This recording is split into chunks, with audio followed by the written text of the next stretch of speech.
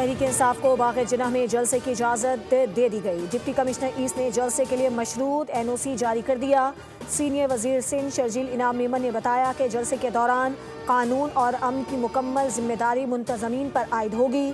اشتعال انگیز تقاریر، مواد، فرقہ وارانہ گفتگو، پاکستان اور ریاستی اداروں کے خلاف کسی بھی قسم کی تقریر کی اجازت نہیں ہوگی۔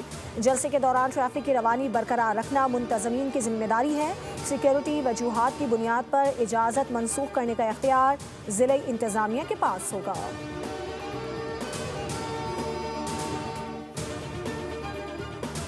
ایران میں پرتشدد مظاہرے کنٹرول سے باہر۔ امریکی میڈیا نے دعویٰ کیا ہے کہ جھڑپوں کے دوران اموات کی تعداد 217 ہو گئی۔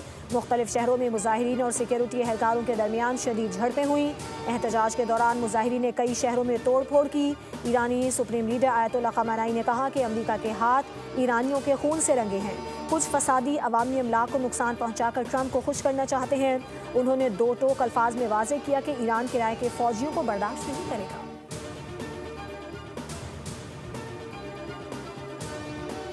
اور تحریک تحفظ آئین پاکستان تانگے کی سواری ہے، اس سے زیادہ کچھ نہیں کہہ سکتا، ڈیفالٹ کے دہانے سے نکال آئے۔ عالمی مالیاتی ادارے پاکستان کی معیشت میں استحکام کا اعتراف کر رہے ہیں۔ وزیر اطلاعات عطا اللہ تارڑ اور وفاقی وزیر داخلہ محسن نقوی کی نیوز کانفرنس۔ عطا اللہ تارڑ نے کہا کہ مولانا فضل الرحیم کی دینی خدمات ہمیشہ یاد رکھی جائیں گی۔ محسن نقوی بولے، ریاست کے خلاف ہتھیار اٹھانے والوں سے متعلق قرآن میں واضح ہے۔ وزیر اعلیٰ KP سے پوچھا جائے کہ انہوں نے افسران کی حفاظت کے لیے کیا کیا۔